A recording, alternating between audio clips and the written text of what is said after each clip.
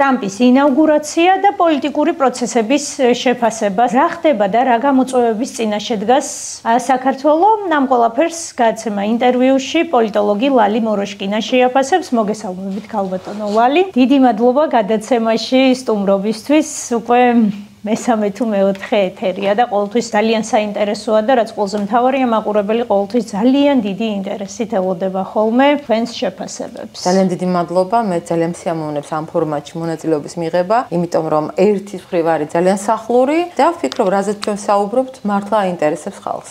ძალიან საინტერესო პოსტი გამოაქვეყნეთ სულ რამდენიმე დღის წინ სოციალურ ქსელში. შეიძლება ითქვას, ეს პოსტი რაღაცნაირად კონკრეტული ადამიანებისადმი ბრალდებას გავდა, რომ ისინი ცდილობდნენ თქვენს გადაბირებას, ასე ვთქვათ. რატომ გადაწყვეტეთ ამ თემაზე ამდენი თვის შემდეგ საჯაროდ საუბარი? დავიწყოთ იქიდან, რომ როდესაც მოხდა ეს საუბარი შედგა ჩემსა და იმ ადამიანებს შორის, რომელთა სურვილი იყო, არა თუ გადაბირება, ქართველები არიან?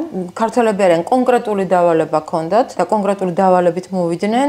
ჩემი შეხვედრის მიზეზი ალბათ ის იყო, რომ ძალიან ახლობლები არიან, აი უკიდურესად ახლობლები არიან და შეხვედრაზე უარს ნამდვილად ვერ ვეტყოდი, ეს შედგა ქალაქ გარეთ, ეს არ იყო თბილისი. რაც ყველაზე მნიშვნელოვანია, ინტერესო რა უნდათ ჩემგან. და რატომ Facebook-ით? აღმოჩნდა, რომ ჩემ Facebook-ს აქვს ძალიან დიდი აუდიტორია, მე არც ვიცოდი აქამდე, არ შემოწმებია.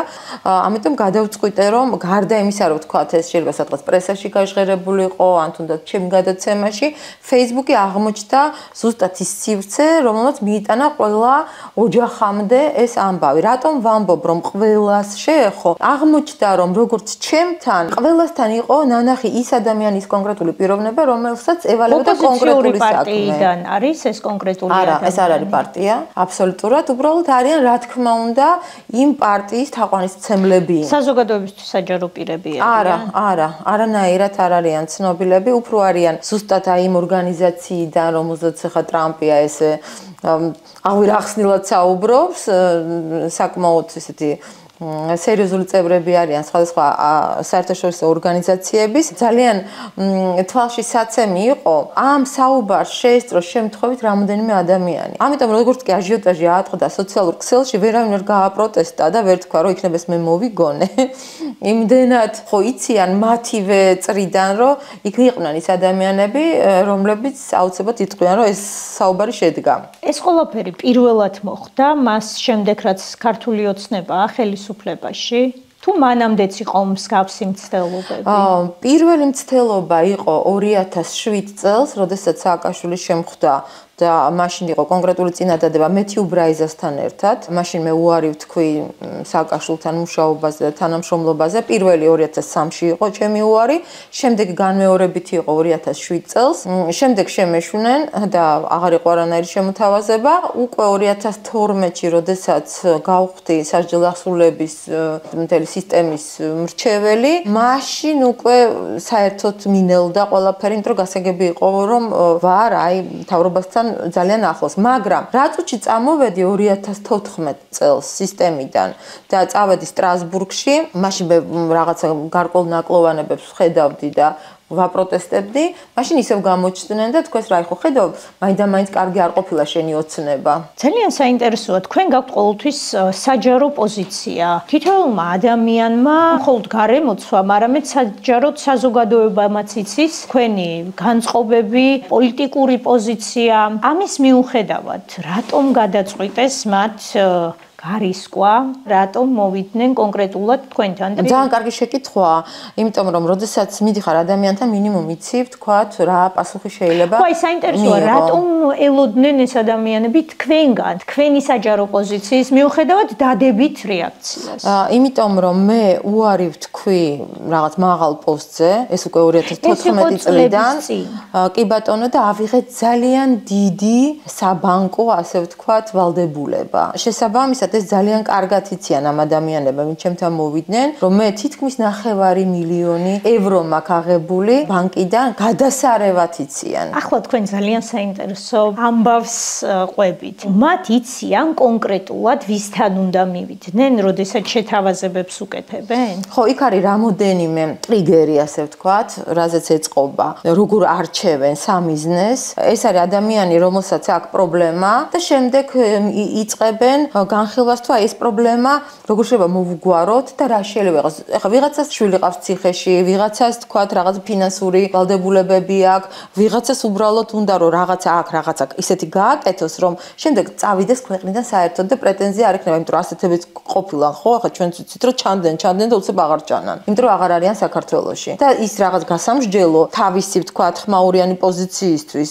აიღეს თავის დროზე. ეს ადამიანები არიან, რომლებიც მოდიან ასე ვთქვათ მოლაპარაკებისთვის, რომლებიც იციან წინასწარ დაახლოებით, ყოველ შემთხვევაში 9 წლით ადრე რა მოხდება, იმიტომ რომ ჩემთან მოვიდნენ ივლისში. მაშინ, როდესაც ჯერ არც იყო ფიქრი იმაზე, რომ თქვათ იქნება ქუჩებში გამოსვლები თუ რაღაცა მოხდება. მაშინ მე ვთქვი, რომ ახლა არაფრის საშიშროება არ არის, თქვათ თქვენთვის ან ვიზეც გული შეგტკივა და იყო ნათქვამი ასეთი რამ, რომ დაიწყება არჩევნების მერე, რაღაცა პერიოდის მერე, ზუსტად მეორე დღეს არა, არჩევნები, რომელიც გადაიყოლებს ამ მთავრობას და შენ უნდა ჩამოშორდე, გახვიდე აქციაზე, აი როგორც კი დაიწყება და დაიწყო, აიო შენ მაგათაც კარგად იციან, რამდენი მაყურებელი აქვს ჩემ Facebook-ს, სადაც 3 მილიონს ელაპარაკები დღეში რამოდენიმეჯერ შენი Facebook-იდან, შენი გამოჩენა იქნება ძალიან ღირებული ჩვენთვის და მე ვთქვი, რომ მე არანაირად არ ვასოცირდები, გარდა იმისა, რომ ერთ სკოლაში ვსწავლობდით მე და სააკაშვილი და თქვათ არასამთავრობო ორგანიზაციებში, სადაც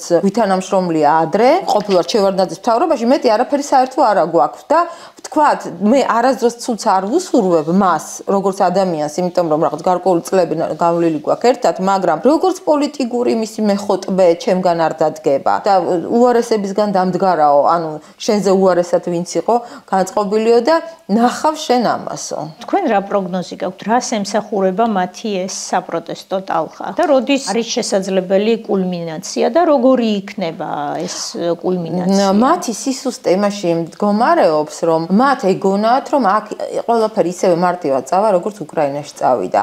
ანუ არასდროს არ იაზრებენ, რომ ეს მაინც საქართველოა, რაღაცა გაუბაზრდებათ, ვიღაცა უარს ეტყვის, პატარა ქვეყანაა. მიუხედავად იმისა, რომ საკამაოდ ინკოგნიტოდ შევხვდით ერთმანეთს, ხო? აი ეს შეხვედრაც იცის რამოდენიმე იმ მხრიდან მონაწილემ, იმიტომ რომ მე საკმაოდ ხმა მაღალი საუბარი წავიდა და გადმოგხედეს, ასე ვთქვათ, რატო იყო ასეთი ხმა მაღალი საუბარი საკმაოდ ესეთი მაღალ ტონებზე. შესაბამისად, გათვლა იყო ის, რომ თქვათ, მე ვამჯობინებ იმას, რომ მოდი მე არასოდეს არ მიფიქრია, რომ მე მაქვს ხალიქ ბანკის მაგალითად ვალი. არა, მე ვთვლი, რომ ეს ის ბანკია, რომელმაც ხელი შემიწყო იმისთვის, რომ ბიზნესი გამევითარებინა და მე ამ ბიზნესს ვანვითარებ. კი, დღეს იყო დაპირება ბანკის ვალს გაგისტუმრა? არა, მარტო ბანკის ვალი არა, ერთი იმდენი ზევიდან. ანუ ეს გამოდიოდა სადღაც მილიონზე მეტი დოლარი. ამასობაში ვთქვი, რომ ერთი ჩემი შვილი სახელმწიფო მოხელეა, რომ ესეც არ არის პრობლემა, ერთ-ერთ ჩვენს ორგანიზაციაში იმუშავებს, კარგი ეკონომისტია და ისე არ დარჩება. ანუ ოღონდ თავიდან ბოლომდე გქონდათ ჩემთვის დახატული სურათი, რომ ყველა ვარიანტში აგებს ოცნება. თუ არ აგებს არჩევნებით, მერე აგებს. ანუ ყველა ვარიანტში მე აღმოვჩნდებოდი წაგებულების მხარეს და იყო დათქმა, რომ მერე ვეღარ გიშველით. ფსიქოლოგიურად მუშაობენ ადამიანები. რა თქმა უნდა. ანუ ხო წარმოიდგინე, შენ გეუბნებიან, რომ ვალი აღარ გექნება, ერთი მაგდენი ნამატი გრჩება, ოჯახის წევრები დასაქმებულები არიან. ოღონდ ერთი რამე ავიწყდებათ, რომ მე სხვებისგან განსხვავებით, ვინც დაყვა მათ ამაზე, მე ლოგიკური აზროვნება მაქვს. და ზუსტად ვიცი, რომ ამ ქვეყანაში ისინი ვერასდროს ვერ მოვლენ და მინიმუმ ჩემნაირები იბრძოლებენ ამისთვის. თქვენ პოსტში აღნიშნეთ, რომ მხოლოდ თქვენ არ მიგიღიათ დღევანდელი ხელისუფლების წინააღმდეგ მსგავსი წინადადება. ხომ არ შეგიძლიათ დაასახელოთ ის პირები, ვინც ასევე მიიღეს წინადადებები? მე არ ვიტყვი ვინ არიან, უბრალოდ მე ბევრს ხონდა საზოგადოებისთვის ცნობადი სახეები. კი, მსახიობები. მსახიობები არიან დიდი ნაწილი, რომლებიც არ წავიდნენ და არ წამოეგნენ აი ესეთ შეთავაზებას, რომლებიც დღეს მუშაობენ ზოგი იმედზე, ზოგი სადღაც კიდე, იმიტომ რომ მათვე ქონდათ მე ამ პოსტზე მიწერილი, რომ ჩვენთანაც იყვნენ, ვიღაცასგან კიდე გავიგე ჭორად, რომ ჩემთანაც და უბრალოდ აი პირამდე არ მოგქონდა რომ გვეთქვა რომ ჩვენთანაც მოვიდნენ სალაპარაკო თუ ანუ ეს არსებული სქემა იყო რა გამოდის რომ აქ საზოგადოების манипуლირება ხდება ადამიანები რომლებიც თვითსარგებელს ნახულობენ საზოგადოებას უხატავენ სურათს რომ ქვეყანაში ყველაფერი ცუდად არის და ხელისუფლება უნდა შეიცვალოს თვითსარგებლის გამო ქაოტურ მდგომარეობას უყურე როგორ არის ეს არის პიარ ტექნოლოგიაში ეს არის ფართო ცნობილი ამბავია მაგალითად თვლი რამდენი არის საზოგადოება რა რაოდენობა ხო როდესაც 3 მილიონზე ლაპარაკი და პერმანენტულად საქართველოში ბევრად უფრო ნაკლებია და პლუს კიდე უნდა გამორიცხოთ 18 წელზე პატარები ხო თუმცა ეხლა ისინიც იყვნენ ჩაბმულები ხო ამ ყველაფერში რჩება 100,000-იანი კაცი ფოკუს ჯგუფი რომელზედაც ჩემ ფოკუსირდები და თუ ისინი სწორედ ასრულებენ დავალებას შემდეგ მრავლდება ხო თუ ერთი კაცი გამოვიდა მის უკან 5 ოჯახის წევრია და ჩვენ აქ ვნახეთ ზუსტად ეს გათვლა იყო ანუ აიყვანეს ერთი ფიგურა რომელიც გადმობირებულია და ჩანს და მე გამოვიდა დედა მამა ბებია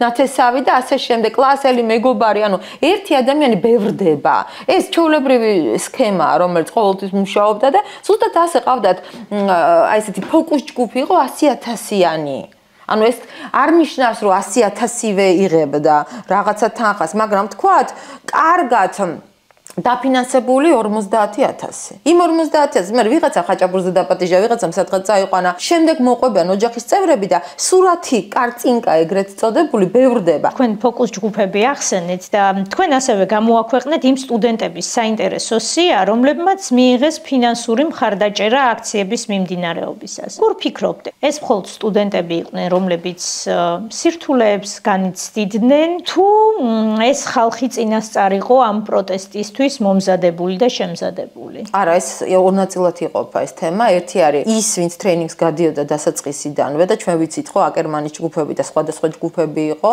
და ძალიან კარგად იმუშავა სუსმა მათ გამოსავლენად, ეს ცალკე ჯგუფია. მაგრამ ცალკე ჯგუფი არის პრობლემატური სტუდენტები. აი იქ ძალიან მარტივია მუშაობა, იმიტომ რომ შენ მუშაობ არა რაღაც უწყების თანამშრომელი მოდიხარ, არა ვიღაცა, არამედ ჩვეულებრივი ქუჩაში დგახარ და ბიჭო შენ რა ჩასაბარებელი გაქვს, ან გამოყვა თან საგამოცდო ან ოჯახში როგორ უნდა მიხვიდე ან დედას როგორ უნდა თხოვო ფული დედა პრობლემატურია ანუ ყველაზე იყო ინფორმაცია არავისთან ისე არ მოსულან ქუჩიდან არავისთან არ დაუწყეთ მეც ვიცი ერთი ჩემი ძალიან ახლო მეგობარი რომელიც უცხოეთში მუშაობს ძალიან ახლო მეგობარია რადიკალურად შეიცვალა პოზიცია და მე გავიგე რომ მასთანაც იყვნენ და შესაბამისად გავიგე რომ გარკვეული ანაზღაურება მან ამაში მიიღო იმიტომ რომ ადამიანი რომელიც ესე თეთრზე შავს ამტკიცებს უცებ ჩემს თვალსაწიერში ეს ადამიანი იყო არის და იქნება იმიტომ რომ მე ვერ ვწირავ ადამიანებს ძალიან მიჭირს და მივხვდი და მე ინფორმაცია მივიღე რომ მასთან იყვნენ რა ბედიელით ამ ადამიანებს იცი რა ვისაც უბრალოდ ანაზღაურების სანაცვლოდ სამსახურებიდან წამოვიდნენ ხელისუფლებას გაუდგნენ პროტესტი გამოაცხადეს რა ბედიელით ამ ადამიანებს უყურე როგორ არის აქაც უნდა დავყოთ რა ვინც გაიწვიტა შუბლის ძარღვი ის ერთხელ წყდება და დამთავრებულია და პრობლემა არ არის და ასევე გადაათამაშდებიან და ჩვეულებრივად ასე ვთქვათ სხვა გუნდში აღმოჩნდებიან ვინც იდეურად შეარყიეს და შეცდომაში შეიყვანეს.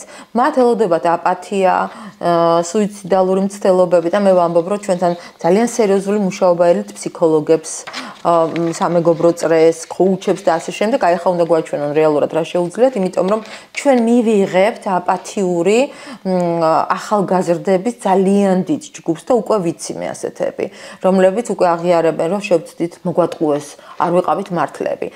ყველა მოდი შევთანხმდეთ ერთ რამეზე. თუ დგას 100 კაცი, იქიდან ერთ ხუთს არ აქვს ფული აღებული. საერთოდ არ შუაში არ არის, უბრალოდ ასე გაყვა ფეხის ხმას. ის უფრო ცოდვაა. ვინც ფული აიღო, რაღაცა სარგებელი მაინც ნახა და იმან გარდა იმისა, რომ სარგებელი ვერ ნახა, ფსიქიკა შეერყა, იმიტომ რომ აღმოჩნდა, რომ სხვა რამეს ეუბნებოდნენ და დღეს სხვა რამე ესმის. არჩევნების შემდგომ სოციალურ ქსელებში ვნახეთ სოციალური ქსელის მომხმარებელი ახალგაზრდები, რომლებიც შეიძლება ითქვას ტიროდნენ და ცრემლად იღვრებოდნენ, რომ საქართველო დაიღუპა. საქართველოს აღარ გახდებოდა ევროკავშირის წევრი და ევროპას დავშორდით და ასეთი მესიჯები იყო ცხარე წრემლით ახალგაზრდებით. ხო, ეს მძიმე სურათია, იმიტომ რომ ჩვენ დასაკარგი ახალგაზრდები არ გვყავს და არც გვყავს ახალგაზრდები, რომლებსაც აი ესე უნდა მე რა მოხდა ვთქვათ, რომ მორჩა შენ უკვე გამოეთიშე თამაშს და ესე დაგკუჭო და როგორც ნახმარი სათამაშო გადაგაგდო, ხელფეხს რომ მოტეხავს ბავშვს სათამაშოს და აგდებს. არა, არ შეიძლება ამის გაკეთება, რაღაცნაირად უნდა შევეცადოთ მათ გონზე მოყვანას. არ ვიცი როგორ. რა უნდა გააკეთოს ასეთ დროს ხელისუფლებამ, როდესაც ხედავს უამრავ ახალგაზრდას, უამრავ სტუდენტს, რომლებიც გამოხატავენ პროტესტს. როგორ უნდა გამონახოს მათთან მისასვლელი გზა? არ უნდა ჩაეკეტა მათთან მისასვლელი გზა. ჩაკეტა ხელისუფლება. მე ვფიქრობ, რომ იმდენად დიდი შეცდომა იყო დაშვებული განათლების სისტემაში, რომ დიახ ამ ბავშვებთან ჩაიკეტა გზა. რამოდენიმე უნივერსიტეტი უნდა დახურულიყო, იმიტომ რომ ძალიან კარგად იცოდნენ, რომ ამ უნივერსიტეტებში მიდიოდა ბულინგი, მიდიოდა ყველანაირი მეთოდით ბავშვებზე ძალადობა, ფსიქოლოგიური. ის რომ შენ მიყავს პირტიტველა ბიჭი და ასწავლი როგორ მოამზადოს მოლოტოვის კოქტეილი და ეუბნები რომ სამშობლო განსაცდელშია და უნდა პოლიციელს ესროლო, ეს არის ძალადობა. ეს ინფორმაცია ჩვენ გქონდა. სამწუხაროდ არ გვეყო იმის ძალა, რომ აი ესეთი ტიპის საგანმანათლებლო სტრუქტურა ქვია, ამას არ ქვია არც ინსტიტუტი, არც არაფერი. ეს არის სპეცდანიშნულების სტრუქტურა. ისინი უნდა დახურულიყო. მაგრამ შეიძლება არ იყო მთავრობა მზად იმისთვის, რომ მათ უკან ამ ყველა დაწესებულების უკან იდგა ძალიან დიდი ორგანიზაციები და ჩვენი ქვეყანა ასეთ რყევებს ვერ გაუძლებდა. მე აი ამაში ვხედავ, თქვათ, აი რატომ შეიძლება დაიხიეს უკან დღესდღეობით, რომ უპასუხო ამ შეკითხვას, ხო? დღესდღეობით მათთან აი კიცმაცურის ლაპარაკს აზრი არ აქვს და ერთადერთი მთავრობამ რაც იპოვა იურიდიულად და ესეთ გამართული ფორმა, ეს არის გაამკაცრა სასჯელი. ესეც მძიმე გამოსავალია, მაგრამ როგორ აფასებთ ხელისუფლების ბოლოდროინდელ გადაწყვეტილებებს? იდეალურად, იმიტომ რომ ვფიქრობ ბოლოს როგორც ხელისუფლება იქცევა, იქიდან დავიწყოთ რომ პასედან გამოსვლიდან დაწყებული, აი თეას სპიჩი იყო იდეალური, გაწონასწორებული, რომ ჩვენი თავმოყარეობა და ჩვენი ზნე, დიდება, ქართველობა აღზევდა იმ მომენტში, იმიტომ რომ თუ გეუბნებიან რომ მანდატების ცნეს, მაშინ რატო გეუბნებიან იმავე მომენტში, რომ იცი რა არის, მოდი რა დათქმებით ვიაროთ. თუ მანდატი ლეგალურია, მაშინ რაღაც მითანხმებ რა უნდა გავაკეთო მე. ხო, ანუ ეს თამაში არ გაუტარეს და ძალიან სწორად მოიქცნენ. ის თუნდაც ახლა რაც არის გადაწყვეტილება მიღებული, რომ რა თქმა უნდა დამთავრდეს ეს აქციები, იმიტომ რომ ეს აღარ არის აქციები, მით უმეტეს მშვიდობიანი, ხო? ეს არის, ჯერ ტერორში ამყოფებ მთელ ქვეყანას, ხო? ტერორი არ შეიძლება მუდმივად გრძელდებოდეს, იმიტომ რომ შენი მომხრეც გაღიზიანდება. ოცნების მომხრეები ძალიან გაღიზიანებულები არიან, რომ დაუსრულებელი ჭინთვებია ქუჩაში. დაუსრულებელი და თუ ამ ჭინთვას რაღაცა არ მოყვა, ხო? მაშინ რაღაცა ცრუორსულობას მივიღებთ, ხო? და ეს თუ არ დასრულდა ეს პროცესი, იმიტომ რომ ეს მათთვის არის ცრუორსულობა და ჩვენ ეს გვესმის უკვე. და მოდი გავაგებინოთ, რომ შენ არავის არ ელოდები. სანამ მაგ საკითხს დაუბრუნდები, თქვენ უნივერსიტეტებზე ისაუბრეთ და თქვენ თავად თუ მიაწოდეთ აღნიშნული ინფორმაცია სამართალდამცავ ორგანოებს, როდესაც თქვენი გადაბირება სცადეს და ასევე იმ სტუდენტების სია, რომელზეც თქვენი ეჭვით ამ სტუდენტების გადაბირება მოხდა ფინანსური სარგებლით. სტუდენტების სია ჩემი შედგენილი არ არის, მე ჩვეულებრივად დაკოპირებული მქონდა, შესაბამისად უბრალოდ საკმაოდ ავტორიტეტულ ადამიანებს ედო და ჩავთვალე რომ სიმართლეა და სიმართლე აღმოჩნდა. რაც შეეხება ჩემს მიმართ ქმედებას, რა თქმა უნდა მე განვაცხადე. მე ვთვლი რომ მე ვარ კანონმორჩილი ადამიანი, სხვათა შორის მაშინაც გამოიწვია ესეთი კითხვის ნიშანი. გამოძიება არ დაწყებულა, იმიტომ რომ ამის აუცილებლობა არ იყო და არც ჩემგან არ იყო ამის მოთხოვნა. იმიტომ რომ მე ვიცნობ ამ ადამიანებს, ჩემთვის ახლობელი ადამიანები არიან, ისინი მოდიან გარკვეული წინადადებით, მე ვეუბნები ამ წინადადებაზე უარს, მორჩა. ექნება თუ არა რაიმე შედეგი ამ წარუმატებელი რევოლუციის ორგანიზატორებს? ორგანიზატორები სავარაუდოდ მიიღებენ სოლიდურ, ასე ვთქვათ, სასიამოვნო წლებს ციხეებში. ეს ერთი, რასაც ისინი მიიღებენ, მეორე არის რომ ახალგაზრდები მიიღებენ აპათიას, და ძალიან სამწუხაროა ეს ყველაფერი. საქართველოს მიიღებს ნორმალურ განვითარებას ცივილიზებულ სამყაროში, რომელსაც დღეს მართავს ტრამპი, რომელიც აპირებს, რომ შეხვდეს უახლოეს პერიოდში სინ ძინპინს და რომელიც აპირებს, რომ შეხვდეს პუტინს. ანუ სამკუთხედი გამოიკვეთა ვინ ვისთან ითანამშრომლებს და ამ სამკუთხედში ისიც ჩანს, რომ ძალიან უარყოფით როლს ანიჭებს მაგალითად ტრამპი ევროპას. ტრამპს ბევრი შეკითხვა აქვს, საწავიდა ფული, რომელიც უკრაინას გამოუყო და მან მიმართა კიდევაც ევროკავშირსაც სხვადასხვა ორგანიზაციებს, რომ მხოლოდ ამერიკის გადასახდელი რატომ იყო უკრაინის ომი და ვფიქრობ, რომ არც თუ სახარბიელო მდგომარეობაშია ახლა ევროკავშირი. ასევე ახალი მონაცემები ტრამპმა გასცა განკარგულება USAID-ის გაუქმების შესახებ. და როგორ ფიქრობთ, ეს ყველაფერი როგორ აისახება ქართულ ოპოზიციაზე? შეგვიძლია უკვე ვივარაუდოთ, რომ ისინი დარჩნენ დაფინანსებების გარეშე? ილონ მასკი, როდესაც USAID-ზე საუბრობდა და მათ მუშაობაზე, რომ რაღაცა მატლებიც აღარ არიან, რომ მატლი კიდევ შეიძლება იყოს კარგი და ისინი მატლებზე უარესი არიან, გააქრო ყველა თავისი პლატფორმიდან და ნუ ეს პირდაპირ მარქსისტები დაუძახა, ხო? ეხლა თუ ვინმეს გონია რომ მასკი და ტრამპი შეუთანხმებლად მუშაობენ, ძალიან ცდება, ხო? ძალიან შედუღაბებული გუნდია, ძალიან ძლიერი გუნდია და ერთ-ერთს ამბობს და მეორე ამას აკეთებს და ასე შემდეგ. შესაბამისად ძალიან რთული პროცესები იწყება. ანუ ის ორგანიზაციები, რომელიც ჩვენთვის სათაყვანებელი იყო, რომელიც რაღაც ისეთი პატივსაცემი, მაგრამ პატივსაცემი მას მერე არ იყო, როდესაც თქვათ არჩევნების შედეგებს გვიყალბებდნენ, არასწორი აღქმები იყო, ზუსტად მათი ხელიც ურევია იმ არასწორ აღქმებში და დღეს ვფიქრობ, რომ მათ, რა ვიცი, არანაკლები ზიანი მიადგებათ, გარდა ფინანსური ზიანის ამ ორგანიზაციებს, რეპუტაციული ზიანი ძალიან მნიშვნელოვანია. ვერასოდეს ვერ დადგებიან ფეხზე ამ ზიანის მერე და ჩვენ ვხედავთ უკვე, რომ საქართველოში სრულ დუმილს ინარჩუნებს ამერიკის საელჩო, ხო? მაშინ, როდესაც ქარდებით გვესაუბრებოდა, მაშინ, როდესაც წინასაარჩევნო არჩევნების მერე ტრამპის ინაუგურაციამდე ძალიან ასე ვთქვათ, ყოჩობდნენ. სად გაქრა სალომე ზურაბიშვილი, რომელიც საკმაოდ ომახიანად გვესაუბრებოდა ტრამპის ინაუგურაციის დღემდე? მან ამოწურა ეს ლიმიტი. ყველას აქვს თავისი ლიმიტი. ანუ ყველას უხდიან იმ კონკრეტული მონაკვეთისთვის. მან შეასრულა თავის სამუშაო და აქ დასრულდა მისი მისია. კიდევ რას დაავალებენ და რამდენს გამოუყოფენ რომელიღაცა ბიუჯეტიდან და ბიუჯეტი ჩვენ ხო ვხედავთ ნელ-ნელა გამჭვირვალეობის კანონს ებრძოდნენ და რას არ გვეძახდნენ და რა ვიცი კრემლის აგენტურას და ასე შემდეგ და ეხლა ტრამპმა რო თქვა ტრამპი ვისი აგენტია. ანუ იგივე აღმოჩნდა რომ იგივე სითხოვს ტრამპი, მასკი გამჭვირვალეობას და 30 მილიონი ყოფილა დახარჯული საქართველოზე. და რა თქმა უნდა ტრამპს აინტერესებს რა შეხარჯებოდა რევოლუციების მოწყობაში და ის რომ ილონ მასკის პატარა პაწაწუნა ვიდეოში თბილისია ნაჩვენები რომ აი ეს რევოლუციური სცენარები ზუსტად მათგან ფინანსდებოდა ეს ძალიან მნიშვნელოვანი რამეა. მე ვფიქრობ ისეთი რამე გაცხადდა აი ამ დღეებში რომ პროცესი ჩაქრება. უნდა ველოდოთ თუ არა საქართველოსთან მიმართებაში დამოკიდებულებების შეცვლას და როგორ წარმოგიდგენიათ ამერიკისა და საქართველოს შორის ჩატეხილი ხიდის აღდგენა. მე ვფიქრობ ამ პატარა ვიდეოთი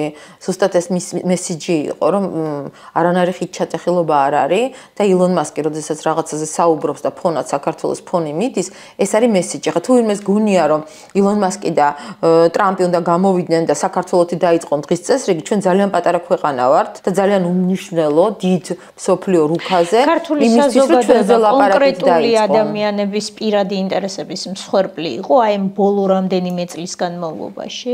ბოლო 35 წლის განმავლობაში ჩვენ ვიყავით მსხვერპლი იმ არასამთავრობო ორგანიზაციების, რომლებიც აი ეს დევებივით აჯდნენ საქართველოს სოროსიდან დაწყებული. თუმცა, როდესაც საუბრობენ აი ამ არასამთავრობო ორგანიზაციებზე, ოპონენტები ასევე ხშირად საუბრობენ იმაზეც, რომ ბევრი სიკეთეები კეთდებოდა ამ არასამთავრობო ორგანიზაციების ხარჯზე ჩვენს ქვეყანაში. სადაც სიკეთე ძალიან ხშირად ღიმილით სახეზე კეთდება და ბოროტებაც კეთდება ღიმილით სახეზე. ანუ ძალიან ძნელი გასარჩევია ხოლმე ღიმილიანი ადამიანი ბოროტებით მოდის თუ სიკეთით მოდის. და აღმოჩნდა რომ საქართველოს როდესაც შეისწავლეს რომ საქართველოს ყველაფერს გაგიტარებს თუ შენ მას ღიმილიანად შესთავაზებ. და ეს ჩვენი მოგონილი არ არის, ხო? ფორმულა ძალიან მარტივია. ღიმილით შენ იგებ ადამიანის გულს. შეიძლება შესასაკეთოდ გინდოდეს, მაგრამ ჩვენ ვხედავთ რომ აი ეს საჩუქრები, ეს გრანტები, ეს ფულის გაღება, ეს აღების მიცემობა, ეს რაღაცა ნაწილის დასაქმება და მეორე ნაწილის საერთოდ უგულებელყოფა. აი ეს მივიღეთ ჩვენ საბოლოო ჯამში. დასრულდა თუ არა საქართველოსთვის აი ამ ბეწვის ხიდზე გავლის ეტაპი?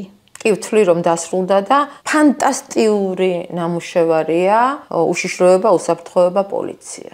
და აქვე უნდა ითქვას, თუ ვინმე არის შემოქმედი ამ ყველაფრის, ეს არის ბიძინა ივანიშვილი, რომელმაც იმდენად ზუსტად გათვალა, რის მერე რა მოხდებოდა, რომ ჩვენ პრინციპში ავიცილეთ ერთი სამოქალაქო ომი, ავიცილეთ დაპირისპირება და ავიცილეთ მეორე ფრონტის გახსნა. დღეს ხომ აღარავის ეჭვიარეპარება, რომ მზადდებოდა აქ მეორე ფრონტი. დღეს თვითონ ზელენსკი გამოდის და ღიად საუბრობს უკვე ამაზე. ყველა ღიად საუბრობს ამაზე, მხოლოდ რამოდენიმე შეპყრობილ ადამიანს ამის გაგება არ უნდა. და ჩვენ შევძელით, რომ ისე ღირსეულად გამოვედით აი ამ სიტუაციიდან, ზუსტად იმიტომ, რომ ბიძინა ივანიშვილმა აი უკვე მე რამდენად თავისი პერსონალური ავტორიტეტით გაიტანა ქვეყანა, როდესაც დადგა ახლაც პირველ ნომრად და ჩვენ გვახსოვს არც 2012-ში უნდოდა მას პრემიერობა. როდის დასრულდება საქართველოში რევოლუციური განწყობები? მე ვფიქრობ, რომ ეს ახალი სასესიო წელია დაწყებული. აქ უნდა ითქვას, რომ ოპოზიცია ახლა ეძებს ყველანაირ მიზეზს, რომ მოხდეს პარლამენტში და ჩვენ შევხედავთ და ვნახავთ, როგორ მოხდება ოპოზიცია პარლამენტში. უნდა ყოველ შემთხვევაში ძალიან უნდა. თუ გავითვალისწინებთ, რომ ფული აღებული აქვს, ეს ნიშნავს, რომ ემზადებიან, უბრალოდ რაღაცას მოიგონებენ ისე თავისთვის რაღაცა მიზეზს, რითიც მოუწევთ შესვლა თავისთვის, რომ ჩვენ სულ არ გვჭირდებიან არაფერი. იმიტომ რომ იქ ყაყანის და ყვირილის მოსმენას ჯობია მართლა მიუხედავად იმისა რომ მე არ ვარ იმის მომხრე რომ ერთპარტიული იყოს პარლამენტი იქნება ამ ეტაპზე აი ეს სიწყნარე ჭირდება ხალხს იმიტომ რომ ხალხი არის უკიდურესად დაძაბული ძალიან მძიმე ფონია ზოგადად იმიტომ რომ ჩვენ აი ამ რყევას გავდივართ უკვე დიდი ხანია წელს ხო არ დაწყებულა რა წლების განმავლობაში 4 შიდა დაპირისპირება რევოლუცია ავიცდინეთ თავიდან ხო და ვინმე თუ მეტყვის რომ სადმე რომელიმე ქვეყანაში პოლიციელს შეიძლება ამის 1000-ი შეურაცხყოფა მიაყენო, რაც საქართველოში მიაყენეს და შემდეგ იქ საზოგადოება ვითომც არაფერი ისე გააგრძელებს ცხოვრებას, მე არ ვიცნობ. მე არ ვიცი საფრანგეთში ცხოვრობდი, გერმანიაში ცხოვრობდი და აბა ვინმემ გაუბედოს საფრანგეთის და გერმანიის პოლიციელს ასეთი რამე, აბა ამერიკაში გაბედონ ასეთი რამე. და უნდა დამთავრდეს ეს აი ესე არეული და აღრეული აი ამ აღქმებით ცხოვრება. როდის დასრულდება?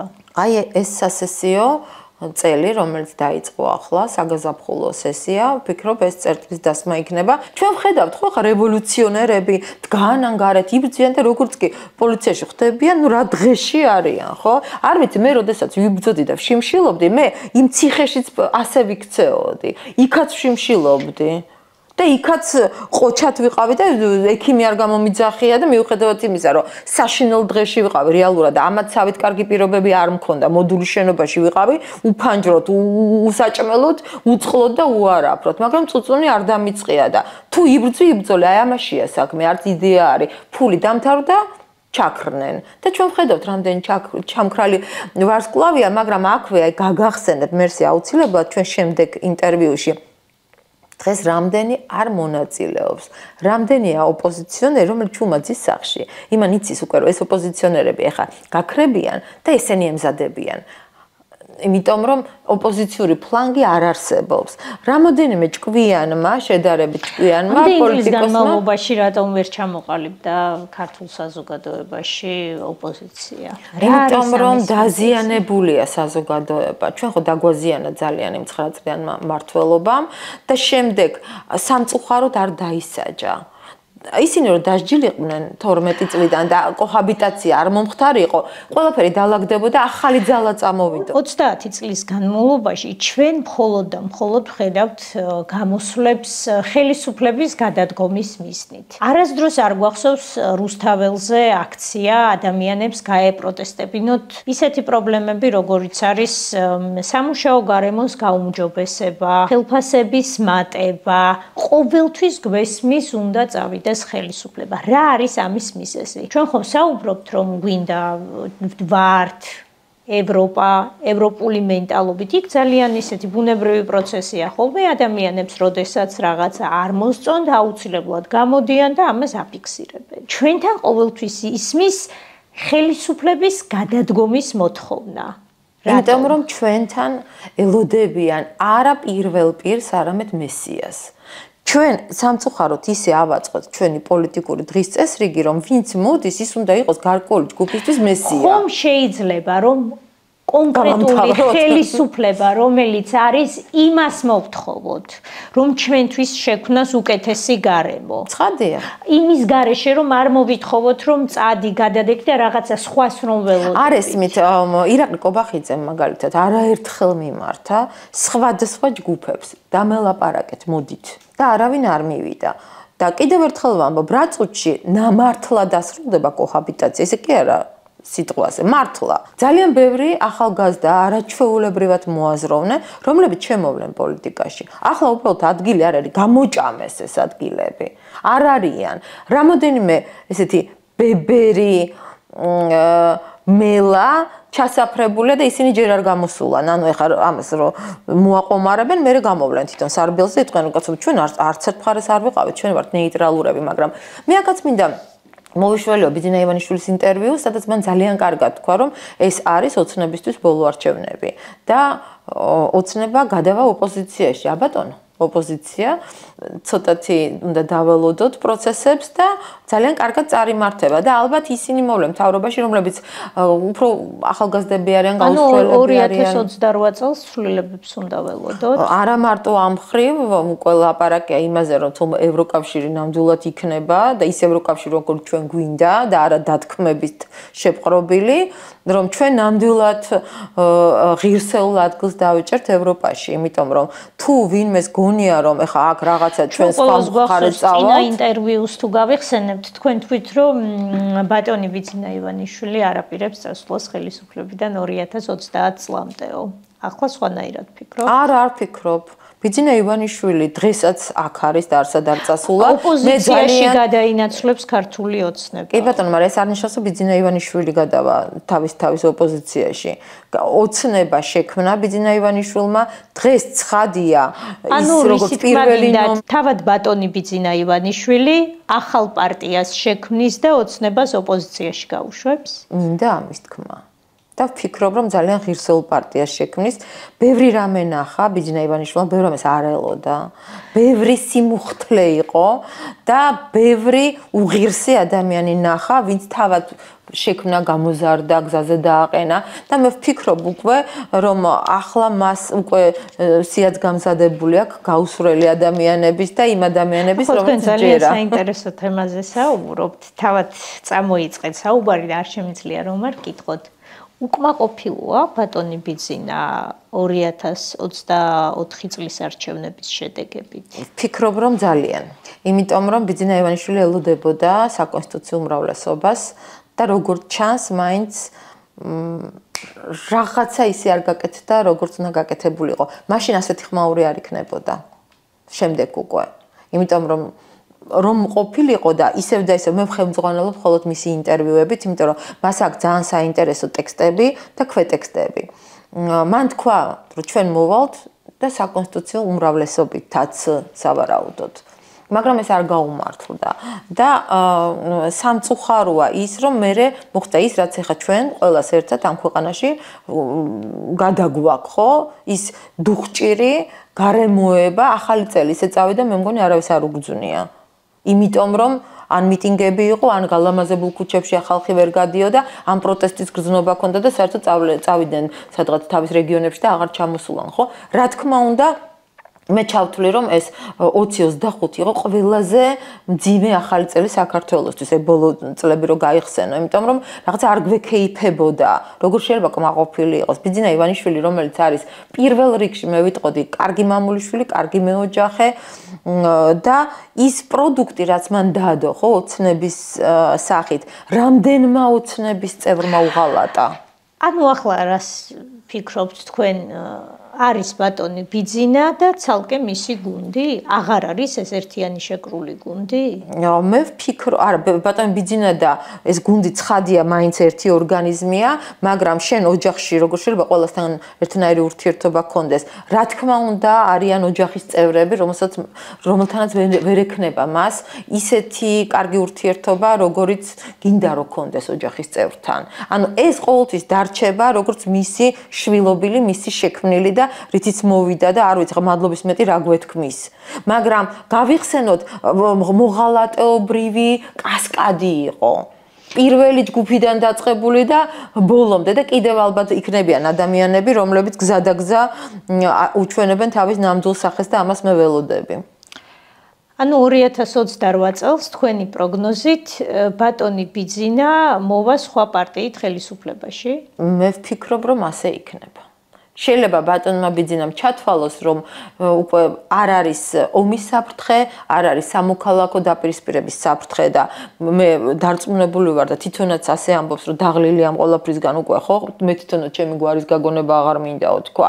ყველაფერი თქვა. აბსოლუტურად ყველაფერი ნათქვა. მან თქვა, რომ მე მაშინ მოვბრუნდები, თუ საქართველოში ამის აუცილებლობა იქნება. როდესაც მე იქ ვიჯექი პირველ რიგში და მომიპატიჟეს პირველი ოცეულის წარდგენაზე, მე შემდეგ გულწრფელად თქვა, როდესაც პირველ ნომრად დასახელდა ბიძინა ივანიშვილი, ცრემლები წამომივიდა. ანუ მე რას მივხვდი, რომ ამ ადამიანმა ჩათვალა, რომ ძალიან უჭერს ქვეყანას და ისევ მოვიდა პოლიტიკაში. მას არც უნდოდა თავიდან, უბრალოდ თავს ძალა დაატანა და შევიდა იმ თამაში, რომელიც მისთვის არ არის ორგანული. ის ბიზნესმენია, ის ადამიანია, რომელსაც შეეძლო ფეხი-ფეხზე გადადებულს ეცხოვრა და უწევს ახლა აი ამ მძიმე სიტუაციებიდან გამოსვლა, ვიღაცებთან ჭიდილი, ახლა ეკატერინე ხვედელიძე, არაჩვეულებრივი ქალბატონი, ძალიან ღირსეული, როდესაც იძულებულია პასკვილებს უპასუხოს, ხო, და ჩვენ გვახსოვს ეს პასკვილი, როდესაც მიწერეს მას წერილი და უკვე გამოქვეყნდა მისი საპასუხო წერილი, ხო? მე გული მტკივა, ხო? მაგის დროა ეხლა, რომ რატო უნდა პასუხობდეს ეკატერინე ხვედელიძე პასკვილებს? თუ ყველაფერი უკვე დალაგებულია, ვინ ბედავს საერთოდ ამას? ვის უტრიალდება ენა, რომ საერთოდ ამ ოჯახს რაღაცა სახის რაღაც წარუდგინოს ესეთი ბრალდებები. მე ძალიან კარგად ვიცი ამ ადამიანის ფსიქოტიპი, იმიტომ რომ მე ვთვლი ის რაც მან თავის დროზე ჩემთვის პირადად უბრალოდ ლალი მაროშკინისთვის არა. სასჯელ ასრულების ერთ-ერთი თანამშრომლისთვის გააკეთა ყურადღება გამოიჩინა, თავიდან ბოლომდე დააინტერესა იმ საქმემ, რასაც მე ვაკეთებდი. მე მივხვდი, რომ მას თითოეული ადამიანი მისთვის ძალიან ძვირფასია და სიღრმისეულად იძიებს თუ რაღაცა სახის კონფლიქტი მოხდა, აი ეტიმოლოგიურად შიგნით ჩადის, რა იყო ამის მიზეზი. მე რომელიც, რა ვიცი, ნახევარი ცხოვრება ევროპაში ვცხოვრობ და იძულებული ვიყავი 2014-ში საფრანგეთში ვიყავი, მადლობელი ვარ ამ ადამიანს, რომელიც იქიდან დამაბრუნა მე. ამიტომ მე შემიძლია ამაზე საუბარი. აღარავის არ ეხსომებოდა ალბათ ჩემი სახელი და გვარი 2014-ში წასული ვიღაცა მაროშკინა. ძალიან საინტერესო თემებს შევეხეთ, ძალიან საინტერესო თემებზე ვისაუბრეთ. ნელ-ნელა ჩვენი ინტერვიუ შეგვიძლია უკვე დავასრულოთ. და მაინც საინტერესოა, როგორ ფიქრობთ, რა გამოწვევების წინაშე დადგება საქართველოს უახლოეს მომავალში? რას ფიქრობთ საქართველოში მიმდინარე საპროტესტო აქციებზე? ჩემი აზრი აქციებთან დაკავშირებით ის არის, რომ აქციებზე ეგეთი გამოხატულების ფორმა არანაირად არ არის მიზანსიწონილი, იმიტომ რომ არსებობს რაღაცების ჩარჩო, რაც ქვეყანაში მაცხოვრებელმა კანონის შესაბამისად უნდა დაიცვას და აქციების დღევანდელი მსვლელობა და მიმდინარეობა არ ექვემდებარება არანაირ კანონიერ ქმედებას, იმიტომ რომ ჯერ ნორმალური ადამიანი ეგრე არ უნდა იქცეოდეს და აქციის ფორმა ცივილიზებულ ქვეყანაში ამ ფორმით არ უნდა ხდებოდეს. ჩემი აზრით მიუღებელია და არ მოწევს. პირველ რიგში კიდევ დავიწყებ, რომ ეს არის პირდაპირ ქვეყნის დაზიანება, რასაც ესენი აკეთებენ. არ შეიძლება ეს ამდენი ხანი. გასაგებია რაღაცა შეიძლება რომ გააპროტესტო, მაგრამ იმას უნდა კონდეს რაღაცის საფუძველი. ეს არის ყველაფერი უსაფუძვლოდ გაკეთებული. დაორგანიზებული ვიღაცების მიერ, რომლებიც ყოველთვის შეეცდებიან, რომ ამ ქვეყანაში რაღაცა დესტაბილიზაცია გამოიწვიონ და ჩემი აზრით ეგ არის ყველაფერი. რაც უფრო და უფრო დასწევს ქვეყანას უკან. არაფერს სასიკეთოს ესეთი აქციები არ მოუწევს ჩვენს ქვეყანას. დღეს ხალხი არ ვიცი ამას კიდევ როგორ ითმეს ამ აქციებს. გარდა იმისა, რომ დაუდგეს ხალხი მთავრობას გვერდზე და შემჩვიდე იყოს, წესრიგი შეინარჩუნონ. როგორ შეიძლება ამას აყვეს ხალხი საერთოდ? მე მაგალითად ჯანსაღი ადამიანი ყველა მიმაჩნია, რომ დაუდგეს მთავრობას გვერდზე, სიმშვიდე შეინარჩუნოს, რომ საქართველო აღდგეს ისევ როგორც დაიბრუნოს თავის ტერიტორიები და თავის მეგობრები, როგორც ოსი, ისე აფხაზი ხალხი. მე მაგალითად მაგაზზე ვარ. საპროტესტო აქციები მოდის ევროპიდან, ფინანსდება ევროპიდან და საქართველოში დესტაბილიზაციის გამოკეთება ეს ყველაფერი. ევროპა არის ჩართული როგორც ფინანსურად, უჭერს მხარს საქართველოში დესტაბილიზაციას, ისევე მოდის სხვადასხვა ევროპის დელეგაციები და საქართველოში პროპაგანდას უწევენ საქართველოში დესტაბილიზაციას. რა თქმა უნდა, არ მოგწონს ეს აქციები, რაც ტარდება და არის რუსთაველზე, არც ვიზიარებ მე როგორც მოქალაქე ამ ქვეყნის და არც ვეთანხმები მაგათ პროტესტს, რადიკალების პროტესტს და ზოგადად არ მსიამოვნებს ესეთი არეულობა ჩვენს ქვეყანაში. აი თუ მოგწონთ ეს სიტუაცია, რომ დღევანდელ დღეს რუსთაველზე გავლა გინდა და გადაადგილება გინდა და ვერ გადიხარ ელემენტარული ბავშვი ყავს სიტყვაზე მისაყვანი სადმე, გინდა გამოფენაზე ყავს მისაყვანი, გინდა გალერეაში, გინდა აი ქუჩაზე გასვლა გინდა და ვერ გადიხარ. ნორმალურია თქვენი აზრით? დგანან ყოველდღიურად საღამოთი ჩაკეტილი აქვს მოძრაობა და ფიზიკურად გადაადგილებას ვერ ხვედავ იქ. თუ რამე სიტყვი და უეჭველი ხარ, იქით ამხნის მომხრე, ანა იტყვი რამეს და აქეთ ამომხრე ხარ. ვერ გაიგებ ის სიტუაციაში, ყოველთვის უნდა თუ გამოიყვანო თავის მართლად და ცდილობენ იმას, რომ შენ დაქტოვონ უკან. ჩვეულებრივი მოქალაქე ვარ, ხო?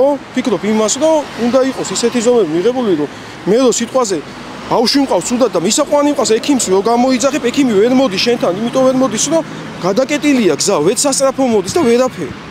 აი პროსტა აი შეუძლებელია ესეთ მდგომარეობაში ყოფნა რა. აი გაუსაძლისი მდგომარეობაა რუსთაველზე მით უმეტეს. ეს მერე კიდე აიღებენ გადაკეტვას, ვითომ გარეუბნების იმისიო, ვაფშე დესტაბილიზაცია ხდება მთელი მოძრაობის და მთლა ქაოსია მთლიანად თბილისში. არ არის ნორმალური, მე თუ მკითხავთ რა მაგას. როგორ ფიქრობთ, საპროტესტო აქციები არის საქართველოს მოქალაქეების საკუთარი აზრის გამოხატულება თუ ორგანიზებულია დასავლეთის ქვეყნების მიერ ქვეყანაში ახალი რევოლუციის მოწყობის მიზნით? მე მაგ მხრივ ძალიან მკაფიოდ და მკაცრად გვგობ ესეთ რამებს, რადგან ეს არის მართული დასავლეთიდან. არავითარი რევოლუცია, რაღა რევოლუცია საქართველოში. როგორ შეიძლება ყველა მთავრობის დროს რევოლუციების მოწყობა და რამე ხალხი დაიღალა, ხალხო გვეყოფა. მე ბევრჯერ წამე, წარეს სიმშვიდეც ვიცი რა არის და ვიცი რომ არეულობა კიდე რა არის. ეს ყველაფერი დასავლეთიდან არის მართული. ჩემი აზრი ასეთია. მე მგონი რომ არ ვწდები. არ ვიცი. და არანაირი რევოლუციები საქართველოში აღარ მოხდება. ყველამ კარგად დაიმახსოვროს ნაცების ძალიან ცუდით მოხსენიებით ვამთავრებ ამ ჩემ აზრს. დასავლეთის მიერ არის მართული. ხალხი ნახეს საქართველოში, ვინც ემხრობა იმათ აზრს და მართავენ ამ პატარა ჯგუფს. არ არის საკუთარი აზრის გამოხატულება, იქიდან გამომდინარე, რომ როდესაც პროცესი სხვა ქვეყნიდან არის მართვადი, არ შეიძლება ეგ აქცია იყოს საკუთარი აზრის გამოხატულება. მე იმედი მაქვს და მწამს, რომ საქართველოში მაცხოვრებელ ქართველ ადამიანს განსხვავებული რწმენა, განსხვავებული მიდგომა, განსხვავებული ქმედება აქვს თავისი აზრის გამოხატულებისთვის და ამის დაფიქსირებისთვის და ეხლა იქ ვინც დგას მე შეურაცხყოფას არავის არ ვაყენებ, ყველას მისი ცხოვრების წესი აქვს, მაგრამ თავისი აზრის დაფიქსირება და გამოხატულება ეგ არ არის. ეგ არის სხვა ქვეყნიდან რაღაც ნაკარნახევი რობოტებად რაღაც როგორ მოიქცნენ, როგორი მიმართულებით იარონ, ეგ არ შედის არანაირ სიტუაციაში. ყოველ შემთხვევაში ჩვენი ქვეყნის ინტერესში და განვითარებაში იმისთვის, რომ უკეთესი მომავალი და უკეთესი სიტუაცია შეიქმნას ქვეყანაში იმისთვის, რომ განვითარდეთ და ცივილიზებული სამყაროს წევრი გავხდეთ, რა კურსითაც ახლა მივდივართ. მაგას არ შეესაბამება არანაირად. იქ არაფერი აქვს საქართველოს მოქალაქეების და მოწყობილი და საქართველოს ძირითადად ვეძახილი. უმეტესი ნაწილის როგორ გითხრათ რა, ნაფიქრები არც არ, გაფიქრებულიც არ აქვს, მაგათ ეგ რომ საქართველოს რაღაცაზე იმას სჭირდება ეს ამათი აქციები. ეს არის დაორგანიზებული უცხოეთიდან, გადმოსულია დიდი ფული ამაში, რომელსაც იყენებენ ქვეყნის სასატრიელებლად. არანაირი საქართველოს მოქალაქეების კეთილდღეობაზე არ აისახება არც ამათი აქციები და არც ამათი ესე იგი ეს გამოსვლები და ეს უაზრო შენი ხო ხვდებით რა, ეს ყველაფერი არის დაორგანიზებული უცხოეთიდან, ფულია შემოტანილი და ეხლაც ეთყობა რა ვიცი ხა ამოსაწური აქვს ეხლა ეს ფული და ეცდებიან რომ რაღაცა, მაგრამ ყველაფერი კარგად დამთავრდა, ისედაც დამთავრებულია. მაგათი უცხოელებზე ვიძახი რა. მაგათი გასატანი ქვეყანაში არც ყოფილა და არც იქნება, მით უმეტეს ახლა. როდესაც აი ესე კარგად და გემრიელად უძღვებიან ეს ჩვენი ისინი რა. ამიტომ დაწყებული პრემიერ-მინისტრიდან იქ ძალოვანი სტრუქტურები ჩავთვალოთ და თვითონ ხალხია, ჩემო კარგო. ხალხი უმეტესი ნაწილი. წინააღმდეგი ამ ყველაფრის. რა თქმა უნდა, ორგანიზებულია დასავლეთიდან, იმ ადამიანების მიერ არის ორგანიზებული, ვისაც არ უნდა ჩვენ ქვეყანაში მშვიდობა, უნდა რა დესტაბილიზაციის მოწყობა, არა კეთილმოსურნე ადამიანებისგან არის მართული ეს ყველაფერი. მადლობა ჩვენ ხელისუფლებას, რომ არის ქვეყანაში მშვიდობა, მადლობა ქართულ ოცნებას, იმისთვის რომ არ მოეწყო მეორე მეიდანი და ასე შემდეგ ჩვენს ქვეყანაში და არის მშვიდობა. ვეთანხმებით ჩვენი ხელისუფლების პოლიტიკას ვაფიქსირებთ იმ აზრს, რომ ეს არის მართული დასავლეთიდან, NGO-ების და ეს რადიკალებიც, რა თქმა უნდა, აყოლილი. შეიძლება ნახევარზე მეტმა იქ არ იცის რატოდგანა, რისთვისგანა და რას აკეთებენ. ვფიქრობ, უნდათ არეულობა. გადააყენონ ჩვენი ხელისუფლება. მოაწყონ რევოლუცია და მოვიდეს ის ავადსახსენებელი 9 წლიანი რეჟიმი, ვინც იყვნენ წინა ხელისუფლებაში. თავიდან ბოლომდე ჩასო, მართლა თავიდან ბოლომდე დაფინანსებულია, იმიტომ რომ ადამიანს, ვისაც კეთილდღეობა უნდა საქართველოსი და ჩვენი ქვეყნის, ის ყოველდღიურად ესეთ იმას არ გამოიწვევს და ისი არ გააკეთებს, რომ ჩვენი სახელმწიფო ბიუჯეტს წირავს, ჩავთვალოთ, იმიტომ რომ იქ მზიანდება ჩვენი გარე რაცაა მოწყობილი, გინდა ელემენტარული ავიღოთ საპატრულო ეკიპაჟი გამოდის, შენი დამცველია, რომელიც გიცავს, რომელიც ყურადღებას გაქცევს და მაშხალებს ესვი ჯერ ელემენტარული ოდინა მოყოლებული და რამდენი ადამიანი დაზიანებულია, რომელიც ჩვეულებრივი გამლველი იყო. არ არის ნორმალური რა. აცეთი პარტია არ არის გამოსული იმაზე და ნორმალური პარტიას არ აქვს ჩამოყალიბებული ის რა ილაპარაკოს, რომ რამე მხრივ ცვლილება იყოს და ხალხს ერთადერთი ის აქვს, რომ არჩევნები იყო გაყალბებული, თუ არჩევნები იყო გაყალბებული, თუ ამაზეა საუბარი, ჯერ გამაგებინეთ, რომ აი გავცხოვრო ჯერ და 100,000-ის ხმა რო გაყალბდება, ხო, თბილისში სიტყვაზე როგორ აი წარმოუდგენელი რამეა, მაგას ვერ დავიჯერებ რა. ეს არის თავიდან ბოლომდე დაფინანსებული ჩემი აზრით. მე ვფიქრობ, რომ ჩვენ უნდა გავაკეთოთ დასკვნები თუ რა მოხდა ზოგადად და ანუ ინაugurაციის მერე რა პროცესები დაიწყო.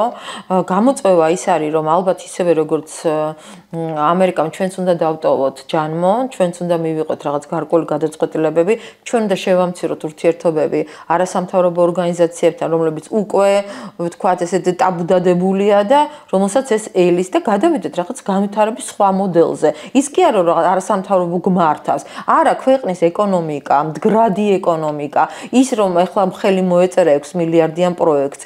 ასეთი პროექტები მეტი უნდა იყოს საქართველოში. ჩვენ როგორც აი ქვაკუთხედი, ახლა რაც ხდება მთელ მსოფლიოში, შუა კორიდორი და ჩვენ უნდა ვიყოთ ყველასთან კარგად და მე ვფიქრობ ძალიან მალე, ალბათ ეს 2 წელზე მეტად არ გაიწელება პროცესი, როდესაც ჩვენ ვიქნებით სოხუმში.